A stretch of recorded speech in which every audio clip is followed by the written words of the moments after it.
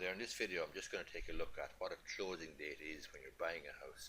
Some people have contacted me just to inquire, what do you actually mean by a closing date?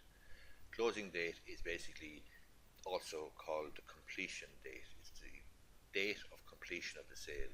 The vendor solicitor hands over the title documents and the keys, and the purchaser solicitor hands over the balance of the purchase monies. The closing date then typically is 4 to 6 weeks after the signing of binding contracts. What happens is the vendor solicitor issues contracts to the purchaser solicitor.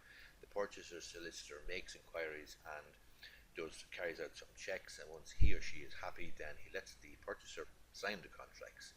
That signing of the contracts is essentially, from a legal perspective, an offer to buy. Only when the vendor signs the contracts then is there a binding contract in place. Once a binding contract is in place, however, typically 4 to 6 weeks after the signing of the binding contracts, or the coming into being of binding contracts, is the closing date. I have prepared a free report. You can get it on my website, businessandlegal.ie. If you go to the website, at the top of the site you'll see a tab entitled Free Reports. You can click on that and download the report. It's about buying or selling a residential property in Ireland. It's pretty useful. I've also written a book which you can get on Amazon. It's called Buying a House in Ireland, a step-by-step guide by a builder solicitor. Before I'm a solicitor, I was a builder and property developer.